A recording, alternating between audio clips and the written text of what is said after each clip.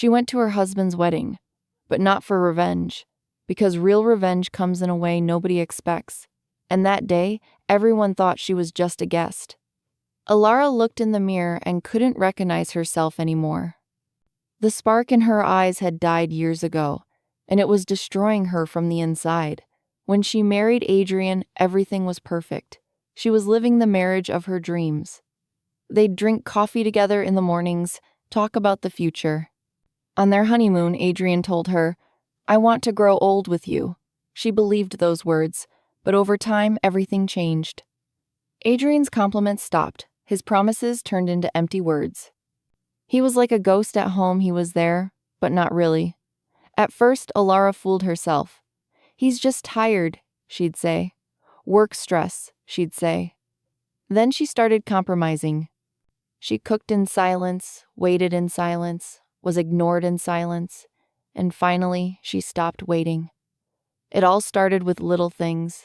He didn't return her smiles. He didn't mention her at dinner. He started hiding his phone. He'd come home late at night reeking of perfume.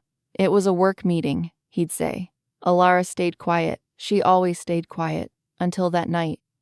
Elara was hanging up Adrian's jacket when a photo fell from his pocket. A colorful Polaroid shining on the floor. When she picked it up, her world spun. Adrian, with another woman. They were laughing. They were kissing. On the back of the photo was a note. "Can't wait to be with you. See." Her hands trembled. She couldn't breathe. Then came the anger, a combination of every silent pain, every time she'd been ignored. When Adrian came home, Elara was sitting in the living room.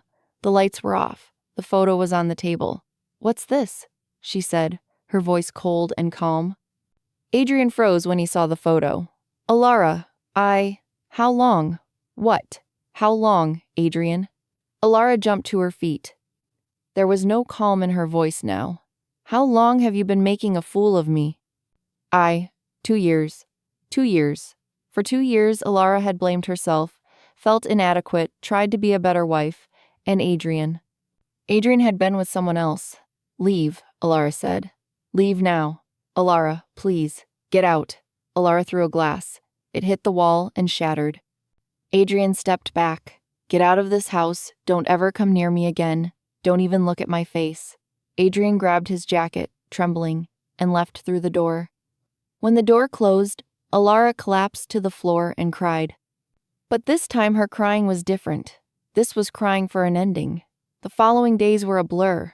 Her friends called, but she didn't talk. She didn't eat. She just lay there, staring at the ceiling. A week later, her phone rang. It was an old friend, Mara. "Elara, I need to tell you something." "What?" "Adrian. He's getting married." The world stopped. "What did you say?" "To that woman. To Christine. I heard. They're having a wedding in 3 months." Elara hung up the phone. An ice-cold stone hit her chest, but she didn't break down. In that moment, she felt a strange clarity. Staring at the rain sliding down her kitchen window, she made a decision. She was going to the wedding. When Elara opened her wardrobe, she saw a navy blue satin dress. Adrian had bought it for her years ago. "This color looks amazing on you," he'd said. She'd never worn that dress. Today, she would. The navy blue satin left a soft shimmer on the fabric.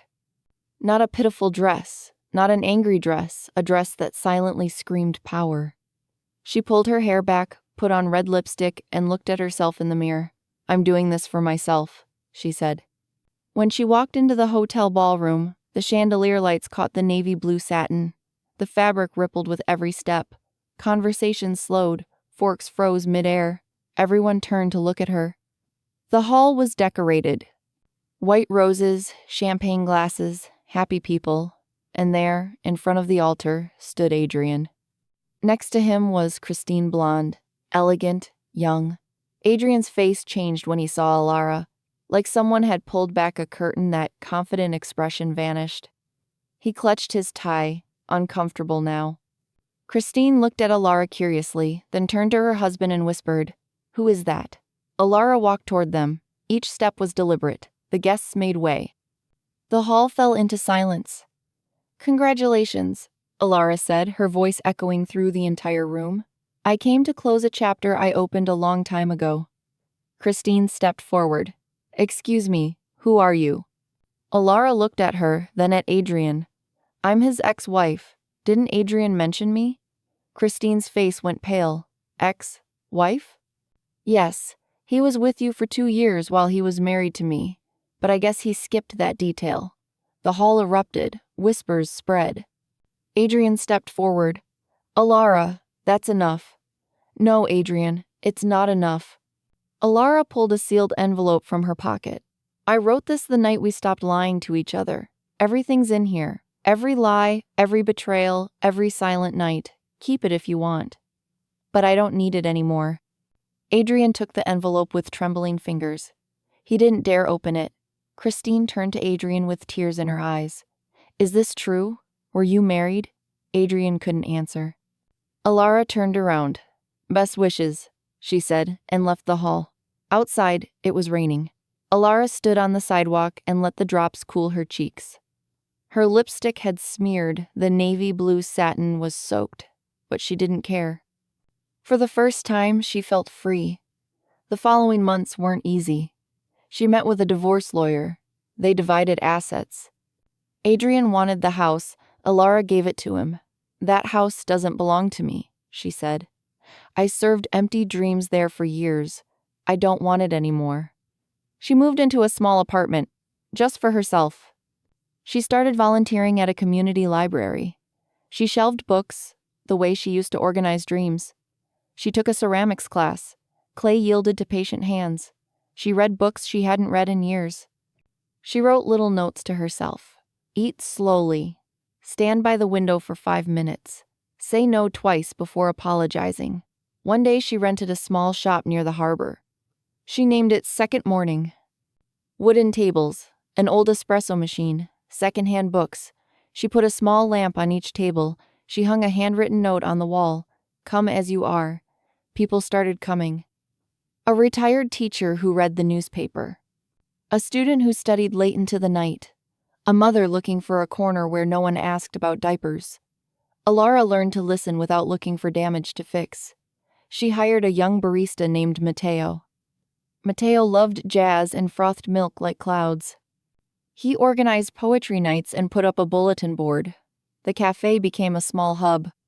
Early morning bitter coffee lovers, couples sharing pastries, lonely office workers finding their daily rhythm on the same stool. Business grew slowly. Every morning, Elara opened the door and watched a life being built piece by piece. A year later, trouble came. The building owner wanted to double the rent. Elara didn't have the money. If you can't pay, I'll terminate the lease, the landlord said. That night, Elara sat in the cafe and cried. Mateo came to her side. We're not giving up, Mateo said. This isn't just your cafe, it's the neighborhood's. The next day, Mateo started a campaign. He posted on social media. Second Morning is facing closure. This cafe is a community. Please help. The first day, only a few donations came in. The second day, a bit more. The third day, a local newspaper wrote the story. Woman opens cafe after ex-husband's betrayal, now facing closure. Then, everything changed. Hundreds of people donated. Some sent $5, some sent $100. Messages came. You inspired me. This cafe changed my life. We support you. Within 2 weeks, Elara had raised enough money to pay the rent, and more. Enough to open a second cafe. But Elara didn't open a second cafe. She used the money to donate to women's shelters. This money came from silent women, she said. It should go back to them. 3 years later, Adrian walked through the cafe door. When Elara saw him, her heart raced, but her face showed nothing. Adrian looked broken circles under his eyes, exhaustion on his face. Elara, Adrian said, his voice trembling. Can we talk? About what? Elara said, calm. I made a mistake. I ruined everything. Christine left me. I lost my job. I lost everything. Elara looked at him. There was no anger in her eyes anymore. Just emptiness. I'm sorry, Elara said. But that's not my problem. Elara, please, let's just talk. Like old times. Old times? Elara sat at the table and gestured to Adrian. In the old times, you cheated on me. You ignored me. You made me small. Is that the old times? I know. I was terrible. But I've changed. I really have. Adrian, you didn't just make one mistake. You erased me for years. I made myself small for years, and you didn't even notice. I'm sorry. I really am. I know, Elara said. But your apologies don't mean anything to me anymore. Because while you were apologizing, I rebuilt myself. And I don't need your approval anymore. Adrian's eyes filled with tears. I want you back. Elara leaned over the table. Her voice came out low but sharp. But I don't want you. Not anymore. Not ever. You didn't lose me, Adrian. I left you. And it was the best decision I ever made. Adrian lowered his head and left. As Elara watched him go, she felt nothing. Not triumph, not sadness. Just peace. On a rainy afternoon, Jonah walked through the cafe door. He had a worn notebook in his hand. He ordered a cappuccino, hesitated, then took a sip and smiled. I thought I'd forgotten this taste, he said.